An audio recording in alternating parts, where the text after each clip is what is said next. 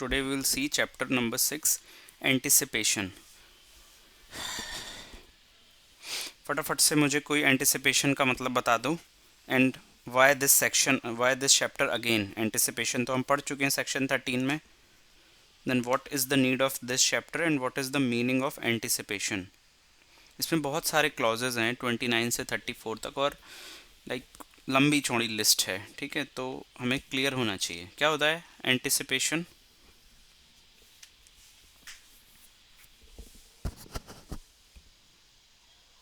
Am I audible?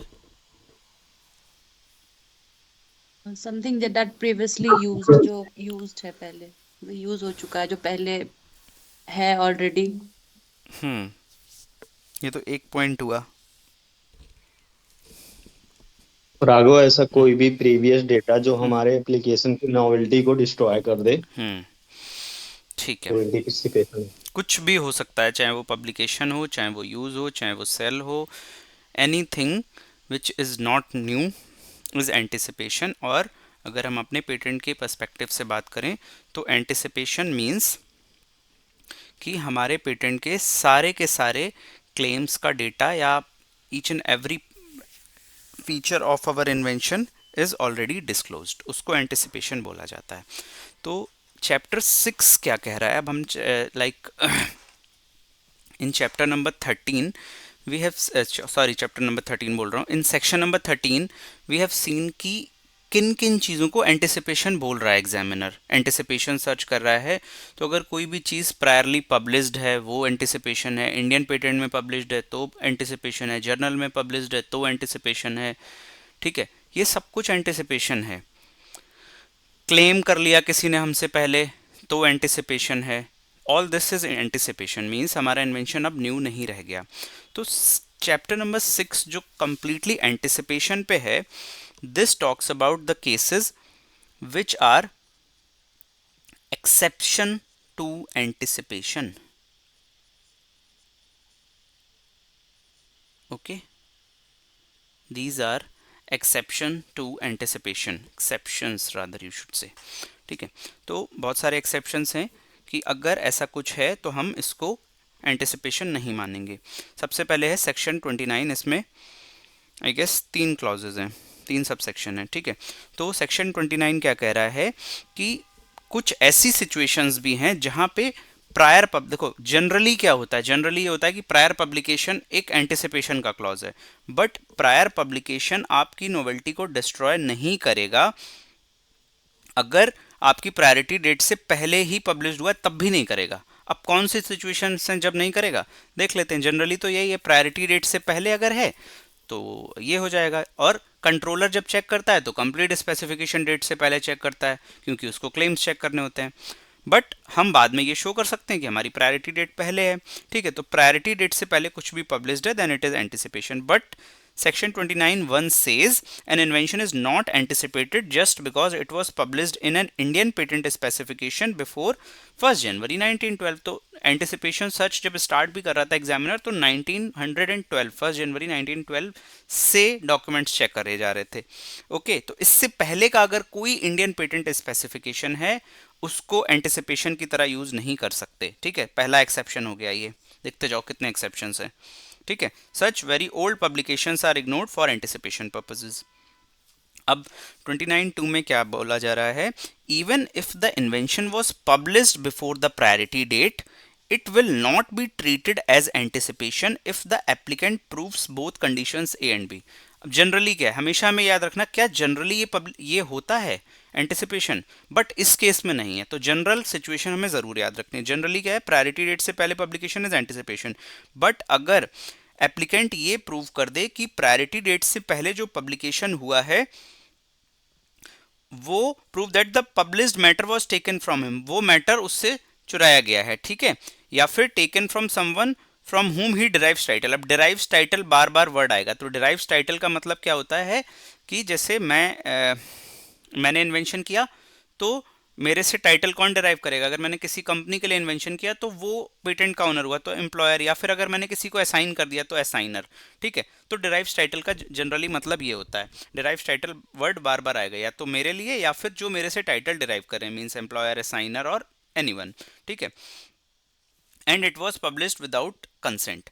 तो अगर priority date से पहले हो गया है पब्लिकेशन लेकिन मेरी कंसेंट के बगैर हुआ है, ठीक है, तो उसको नहीं माना जाएगा एंटिसिपेशन, बट ये सब हमें प्रूव करना पड़ता है, ठीक है। तो पहली कंडीशन तो ये होगी। एग्जांपल क्या है, inventor shares details with a researcher in confidence, मतलब कॉन्फिडेंस में लेके बोला कि यार मैंने ये बनाया है, देन रिसर्चर ने पब्लिश कर दिया विदाउट परमिशन। अब पब्लिश कहाँ कर दिया, किसी वेबसाइट पे, किसी ब्लॉग में, anywhere. The inventor files a patent later, अब पेटेंट फाइल किया, अब ये पब्लिकेशन एंटिसिपेट नहीं करेगा क्योंकि ये अनऑथराइज्ड पब्लिकेशन था, आपको ये बात प्रूव करनी पड़ेगी। Then conditions A and B बोली थी। बी कंडीशन में क्या है, if the applicant knew about the publication before filing, अगर आप फाइल कर रहे हो उससे पहले आपको पता है कि किसी ने चोरी से आपका इन्वेंशन पब्लिश कर दिया है, तो आपको क्या करना है कि जल्दी से जल्दी एज रीजनेबली प्रैक्टिकल, जब आपको पता चला है कि ये पब्लिकेशन हो चुका है मेरे इन्वेंशन का चोरी से, तो आप जल्द से जल्द उसको फाइल करेंगे, ठीक है। उस केस में एंटिसिपेशन नहीं माना जाएगा। अच्छा, special case for convention application, तो 29(2) में ही कन्वेंशन एप्लीकेशन का एक स्पेशल केस बताया गया है, जिसमें क्या बोला जा रहा है, देखो 29(2)(b) क्या कह रहा है जनरली, कि अगर एप्लीकेंट को ये पता चल रहा है कि अनऑथराइज्ड पब्लिकेशन हुआ है उसकी फाइलिंग डेट से पहले या प्रायोरिटी डेट से पहले, तो नॉर्मल इंडियन एप्लीकेशन में क्या होगा, उसको जल्द से जल्द फाइल करना होगा। लेकिन एक कन्वेंशन एप्लीकेशन के केस में क्या होगा, it is enough if he files the first application in the convention country as soon as reasonably practicable, ठीक है। तो देखो इसका मतलब क्या है कि 1 जनवरी 2024 को इन्वेंटर ने इन्वेंशन किया, creates an invention, a third party publishes the invention without consent, ठीक है, थर्ड पार्टी ने पब्लिश कर दिया किसी दूसरी जगह, इन्वेंटर को पता चला, डेट्स को देखना, 10 फरवरी को इन्वेंटर को पता चला। अब इन्वेंटर ने क्या किया, व्हाट द इन्वेंटर डज, 10 फरवरी को उसको पता चला कि किसी ने अनऑथराइज पब्लिकेशन कर दिया है, तो 25 फरवरी को ही इन्वेंटर ने पेटेंट एप्लीकेशन फाइल कर दी जर्मनी में, अ कन्वेंशन कंट्री, ठीक है। तो अगर उसकी होम कंट्री में उससे पहले किसी ने पब्लिश कर दिया है, तो वो ये कर सकता है कि जल्दी से जल्दी अपनी होम कंट्री में एप्लीकेशन फाइल कर दे। This is as soon as reasonably practical after learning of the publication. अब इस 25 फरवरी 2024 के 1 साल के अंदर अंदर inventor files a convention application in India claiming priority from Germany, ठीक है। तो कन्वेंशन एप्लीकेशन में जब आप अपनी होम कंट्री में फाइल करें, उससे पहले आपको पता चल जाए कि किसी ने अनऑथराइज पब्लिकेशन कर दिया, तो आप अपनी होम कंट्री में जल्द से जल्द फाइल करें and then within 1 year आप इंडिया आ सकते हैं, ठीक है। इंपॉर्टेंट लिमिटेशन क्या है, देखो सेक्शन 29(2) की कुछ लिमिटेशंस हैं, जिसमें कि अगर प्रायोरिटी डेट से पहले पब्लिश्ड भी है तब भी एंटिसिपेशन माना जाएगा, मतलब ये वाली कंडीशंस लागू नहीं होंगी। देखो, अगर invention commercially worked in India है, not just for reasonable trial by the applicant, someone deriving title from him or any person with his consent. So once you commercially exploit the invention in India, you lose this protection. कहने का मतलब ये है कि inventor ने inventors invention is published without consent, ठीक है, मेरे कंसेंट के बिना पब्लिश हो गई। Before filing the patent, inventor sells the product commercially in India, later files a patent application. Section 29(2) cannot be used now. The invention is anticipated. Means if the publication has happened, unauthorized publication has happened, and then you start behaving in a manner that you are commercializing your invention, उस case में ये section को आप use नहीं कर सकते, ठीक है। कॉमर्शियल वर्किंग भी नहीं होनी चाहिए, और किसके द्वारा नहीं होनी चाहिए, एप्लीकेंट के द्वारा, या फिर someone deriving title from him और एनी पर्सन, या फिर आपने किसी को कंसेंट दे दिया कि तुम जाके कॉमर्शियल वर्किंग कर लो, ठीक है। तो ऐसे केस में आप सेक्शन 29(2) को यूज नहीं कर पाएंगे। तो देखो, पहला एक्सेप्शन आपने पढ़ लिया कि 1912 से पहले एंटिसिपेशन नहीं है। दूसरा एक्सेप्शन क्या है कि अनऑथराइज्ड पब्लिकेशन, ये पब्लिकेशन कौन सा है, कहीं पे भी, like not in the patent journal वाला पब्लिकेशन नहीं है, ठीक है। फिर इनके स्पेशल केसेस पढ़ लिए, कन्वेंशन एप्लीकेशन, और आपने ये लिमिटेशन पढ़ ली कि इस केस में ये प्रोटेक्शन आपको नहीं मिलेगा अगर आपने पब्लिकेशन के बाद कॉमर्शियल वर्किंग कर ली है, ठीक है।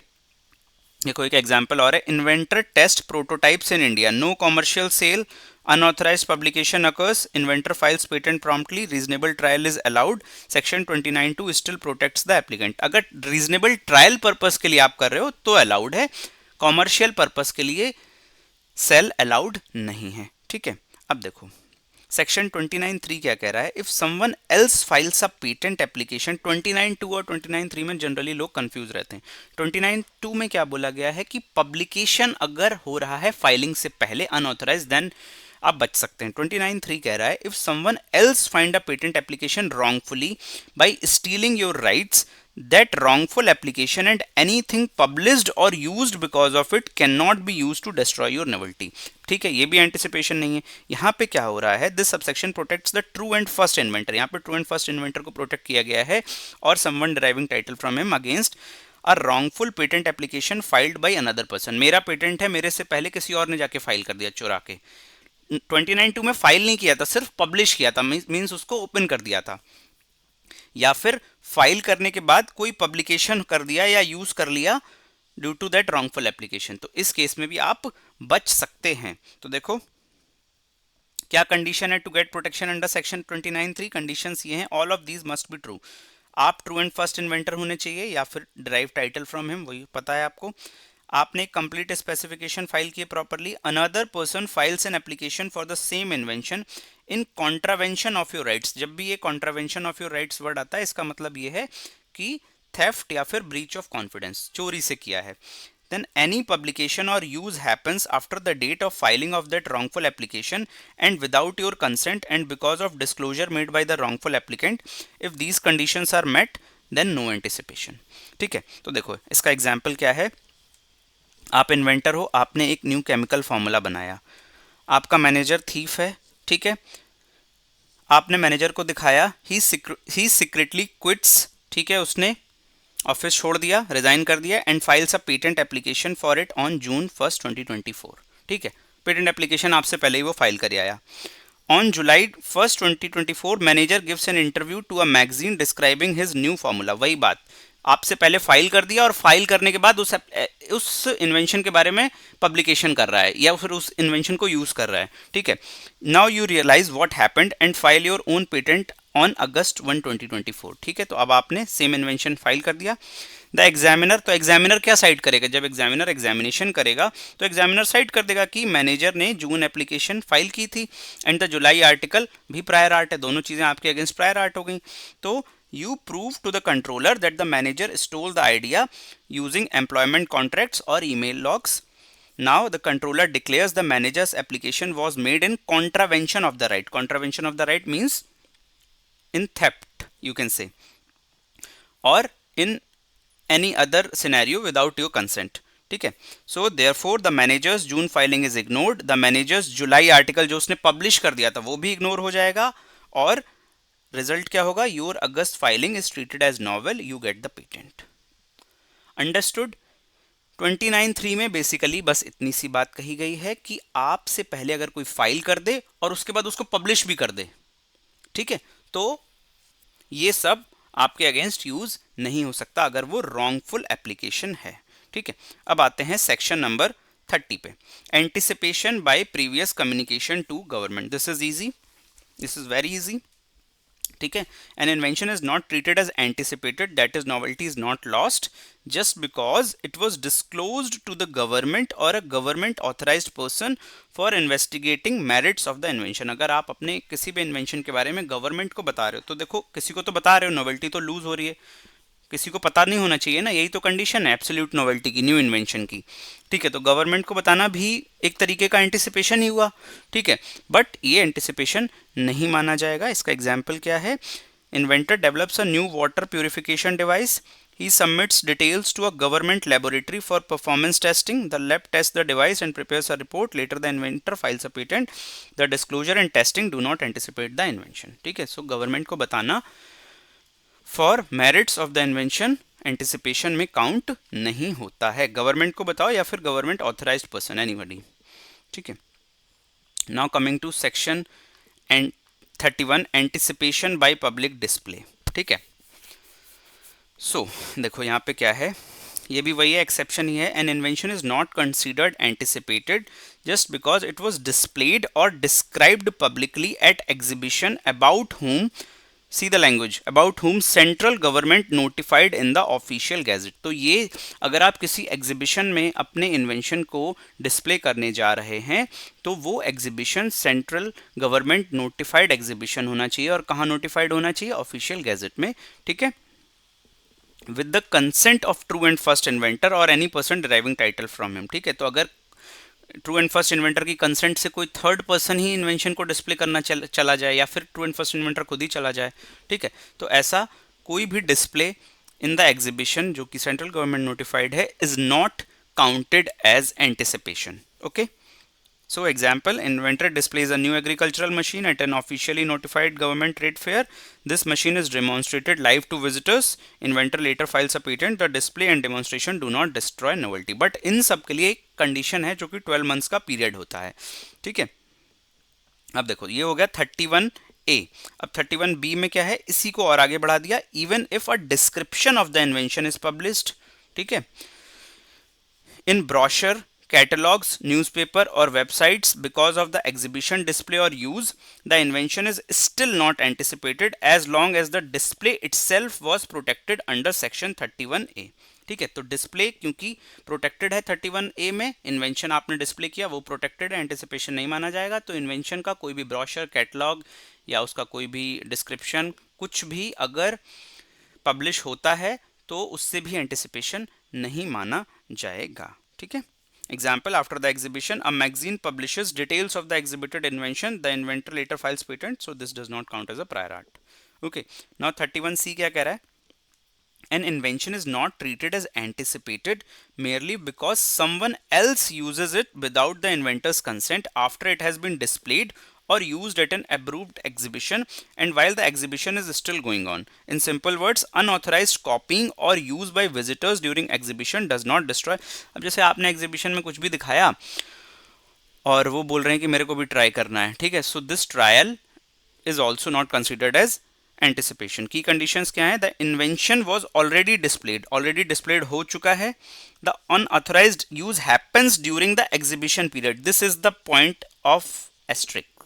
क्या है, जो भी अनऑथराइज्ड यूज हो रहा है, कोई आपके इन्वेंशन को ट्राई कर रहा है, वो एग्जीबिशन पीरियड में ही होना चाहिए। ये नहीं कि एग्जीबिशन हो गया और 10 दिन बाद कोई और उसको यूज करने लगा, ठीक है, दिस इज नॉट अलाउड। उस एग्जीबिशन में ही आप कर सकते हो। The use is without the consent of the true and first, ठीक है, यहाँ पर ट्रू एंड फर्स्ट इन्वेंटर से कंसेंट लेने की जरूरत नहीं है। ठीक है, so if all of these are satisfied then no anticipation. So what is the example here? Inventor displays a new machine at government notified, ठीक है, a visitor secretly copies the design and demonstrate a similar machine at another stall during the same exhibition। ठीक है, तो आप किसी ने वो चीज कॉपी करी और दूसरी जगह वो ट्राई करने लगा जाके at during the same exhibition, ये बात याद रखनी है। The inventor later files a patent application. The unauthorized use does not anticipate under section 31C। ठीक है, then 31D क्या है, an invention is not considered anticipated just because the true and first inventor, यहाँ पे याद रखेंगे, true and first inventor reads a paper describing the invention before a learned society। What is a learned society?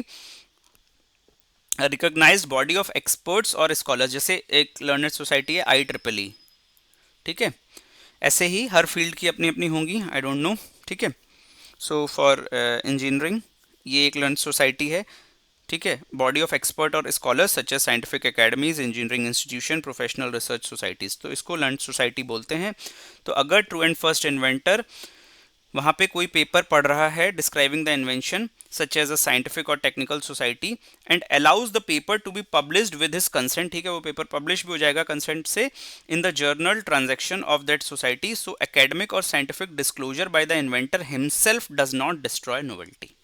ठीक है, example क्या है, an inventor develops a new biomedical device, he presents a research paper explaining the invention at a medical society, ठीक है, the paper is later published in the society's journal with his consent, after that he files a patent, so this will not count as anticipation।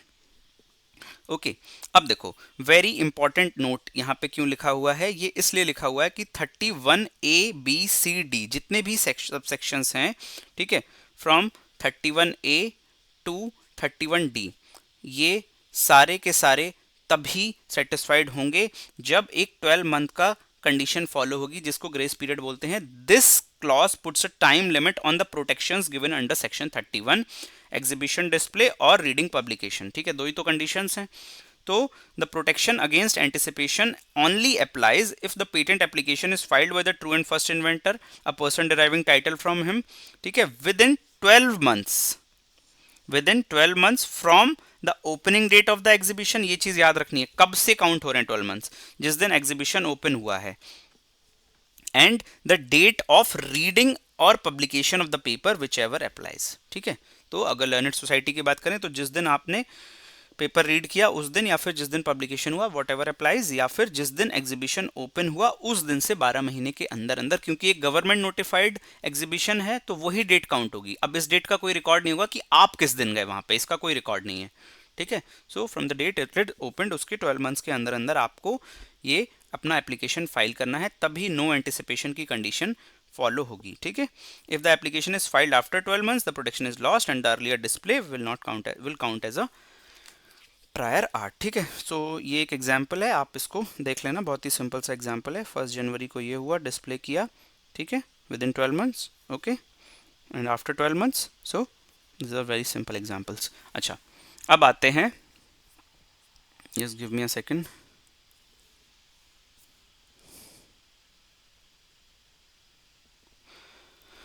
Okay, so next is section number 32, anticipation by public working.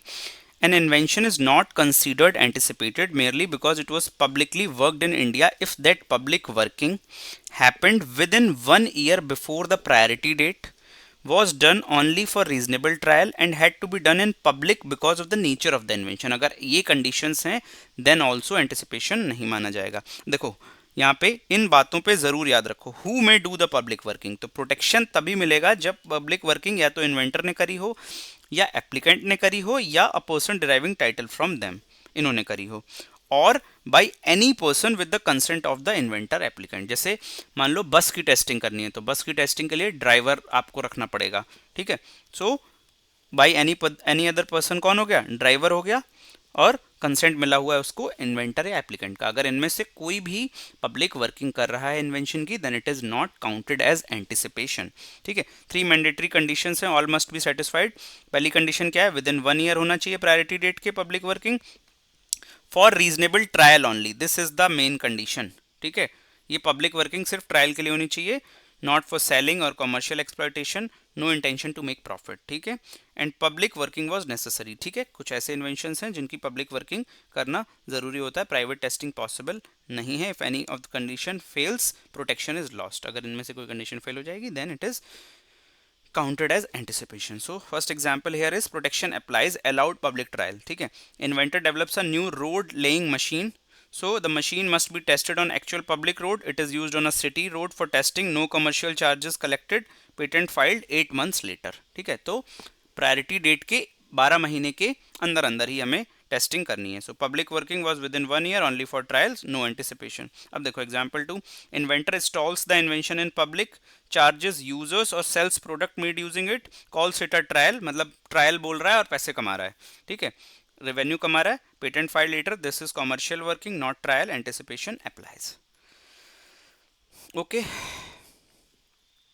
So these are the conditions of non anticipation. अब ये क्या है, section 33 क्या कह रहा है, anticipation by use in publication after provisional specification. ठीक है, तो ये क्या है, उसमें बोला गया है कि ये एंटिसिपेशन नहीं माना जाएगा, बट यहाँ पे प्रॉपर एनफोर्स्ड है ये. अभी मैं बताऊंगा 29 to 32 में क्या डिफरेंस है और 33 में अलग से क्या डिफरेंस है. ठीक है, सो सी 33 क्या कह रहा है, this applies when an application is filed with a provisional specification and later followed by a complete specification. बहुत ही सिंपल सी बात है, प्रोविजनल फाइल किया then later complete specification is treated as provisional specification under 9(3). इसका मतलब क्या है, जरा कोई मुझे बताएगा this point. This is the dating thing, post dating concept. No, post dating is 9(4). Downgrading. Downgrading, हाँ. Great.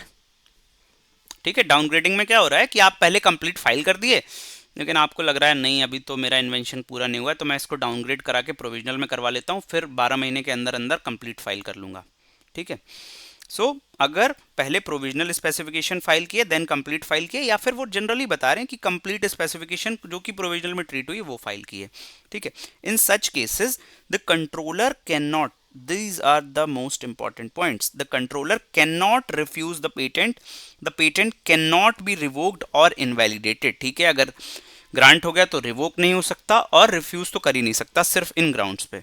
Only because the matter disclose in the provisional specification was used in India और published in India after the date of filing of provisional specification.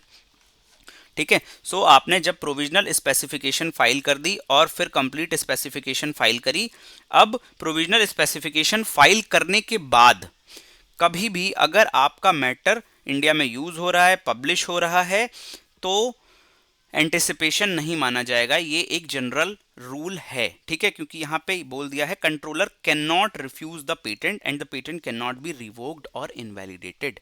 ठीक है, so what does the provisional filing does, the provisional filing secures your priority date, gives you time to complete the invention. Okay, the law ensures that anything happening after the provisional date does not hurt you. Okay, so what is the example here? On 1st January 2024 inventor files a provisional describing feature A, a journal publishes feature A बाद में, so inventor files the complete specification on 1st June, the March publication will not anticipate the invention। अब देखो यहाँ पे क्या बेहतरीन situation है, आपकी कंप्लीट स्पेसिफिकेशन से पहले वाली, मेरे को कौन बताने वाला है इसका आंसर? देखो, आपकी कंप्लीट स्पेसिफिकेशन डेट है 1 जून 2024 और आपकी कंप्लीट स्पेसिफिकेशन से पहले क्या हो गया? What has happened before your complete specification? आपका इन्वेंशन पब्लिश हो गया। तो एग्जामिनर एफईआर में कौन सा सेक्शन साइट करेगा? 13(1)(2)। 13(1)(2) तो कोई है ही नहीं, 13(2) या फिर 13(1)(b)। हाँ 1B। 1B में किसकी बात हो रही है गाइज? 1B में सिर्फ और सिर्फ इंडियन पेटेंट्स की बात हो रही है, पूरे 1 में इंडियन पेटेंट्स की बात हो रही है। अच्छा 13(2)। 13(2) 13(2)। 13(2) में किसकी बात होती है? कोई भी हो, मतलब कोई भी चीज अपार्ट फ्रॉम इंडियन पेटेंट्स कुछ भी हो, चाहे फॉरेन पेटेंट्स हो या फिर कोई जर्नल मैगजीन कुछ भी हो। ठीक है, तो एग्जामिनर 13(2) साइट कर देगा आपके इसमें। ठीक है, और आप इसको कैसे रिमूव करोगे? By using which section? 18(2). 18(2) का आप यूज करोगे और बोलोगे कि I have a earlier priority date for this same published feature. Understood? Cool? Okay, so the March application does not anticipate the invention। ठीक है, the patent cannot be refused or revoked on this ground। okay, अब देखो section 33(2) क्या कह रहा है? This applies when a convention application is filed in India based on, just a second,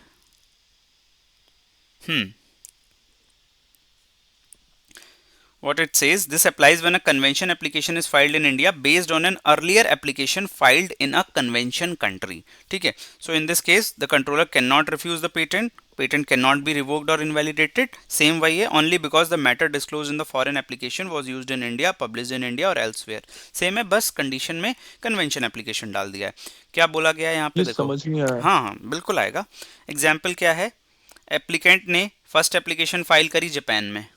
ठीक है, इन्वेंशन इज पब्लिश्ड ऑनलाइन। ठीक है, इन्वेंशन पब्लिश हो गई ऑनलाइन। 20th दिसंबर को एप्लीकेंट ने कन्वेंशन एप्लीकेशन फाइल करी इंडिया में, विद इन 12 मंथ्स हो गया। So the April publication does not anticipate the Indian application, patent remains valid. कहने का मतलब ये है कि अगर आपने अपनी कंट्री में एप्लीकेशन फाइल करी है और उसके बाद पब्लिकेशन हो गया और फिर कन्वेंशन रूट से आप इंडिया में आए, तब भी ये बात ट्रू रहेगी कि आपकी एप्लीकेशन फाइलिंग के बाद इंडिया में फाइलिंग से पहले अगर कुछ पब्लिश हुआ है तो वो एंटिसिपेशन नहीं माना जाएगा अगर आपने पहले अपनी होम कंट्री में कोई एप्लीकेशन फाइल कर रखी है। ओके अभी?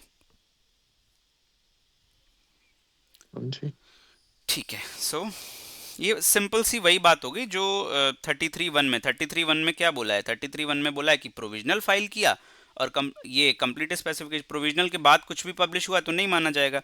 यहाँ पे क्या बोल रहा है, यहाँ पे ये बोल रहा है कि अगर तुम अपनी कंट्री में एप्लीकेशन फाइल करे आए हो और उसके बाद तुम आ रहे हो इंडिया में कन्वेंशन रूट से, तो जब इंडिया में कन्वेंशन रूट से आ रहे हो उस बीच में अगर तुमने कुछ ये कर लिया है, पब्लिश हो गया है तुम्हारा इन्वेंशन, तो एंटिसिपेशन नहीं माना जाएगा अगर आपके पास जापान की प्रायोरिटी डेट है तो।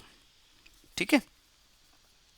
सेक्शन 34 क्या कह रहा है, सेक्शन 34 आपको पढ़ के ऐसा लगेगा कि रेपिटेटिव है, बट रेपिटेटिव नहीं है अगर आप पेटेंट एक्ट पढ़ेंगे। देखो सबसे पहले हमें ये लाइन समझनी होगी, ये बहुत बार आती है, not withstanding anything contained in this act. इसका मतलब क्या होता है, इसका मतलब ये होता है कि जब भी ये लाइन लिखी हुई है तो जहां पे ये लाइन लिखी हुई है अभी वही बात ट्रू मानी जाएगी। पहले कुछ भी लिखा है किसी भी सेक्शन से कोई लेना देना नहीं। This provision will apply notwithstanding anything content in this act का मतलब ये होता है this provision is will apply even if there is any other section in the act that says something different और contradictory. अगर इस section में ये बात कही गई है तो यहाँ पे ये बात ट्रू है, अगर इसके अपोजिट पूरे पेटेंट एक्ट में कहीं पे भी कोई भी बात कही गई हो उससे कोई मतलब नहीं है। ठीक है। सो सेक्शन 34 क्या कह रहा है, no anticipation if circumstances are only as described in section 29 32। 29 से लेके 32 में बार बार क्या कहा गया, 29 से 32 में बार बार ये कहा गया कि अगर ऐसा है तो एंटिसिपेशन नहीं होगा, अगर ऐसा है तो एंटिसिपेशन नहीं होगा, अगर ऐसा है तो एंटिसिपेशन नहीं होगा। कहीं पे भी ये नहीं कहा गया कि इन क्लॉजेस के बेसिस पे कंट्रोलर आपकी एप्लीकेशन को रिजेक्ट नहीं कर सकता या फिर ग्रांट हो गई तो रिवोक नहीं कर सकता। तो 34 सेक्शन जो है वो इस बात को इन्फोर्स करता है, ठीक है, कि is the enforcement clause while section 29 to 32 define the exceptions. वो बस एक्सेप्शंस को बता रहे हैं कि ये एक्सेप्शन से, ये एक्सेप्शन से, ये एक्सेप्शन से। ठीक है। मान लो एग्जामिनर एंटिसिपेशन दे भी दे, बट इस क्लॉज से आप क्या कह सकते हो, ये एक कंफर्मिंग और प्रोटेक्टिव प्रोविजन है जो कि ये कह रहा है कि अगर if a situation is already protected under section 29 से 32 then the controller cannot refuse the patent or even after the grant no one can invalidate the patent on this ground। 33 इसमें काउंट नहीं हुआ क्योंकि 33 में ऑलरेडी ये बात कह दी गई है कि अगर ऐसा है कि प्रोविजनल के बाद कुछ भी पब्लिश हो गया है तो इस केस में कंट्रोलर आपका एप्लीकेशन रिफ्यूज नहीं कर सकता या रिवोक भी नहीं कर सकता। ठीक है। सो 34 में जो एक्सेप्शंस बताए गए हैं उनको ही एनफोर्स कर दिया गया कि अगर इनमें से कोई सिचुएशन आ रही है तो आपका पेटेंट ग्रांट रिफ्यूज नहीं हो सकता। ठीक है। So this is section 29 to 34। ठीक है। व्हेनेवर आई शेयर समथिंग एक बार उसको जरूर पढ़ें and try to make short hand 1 page summary of all this, किसमें क्या है।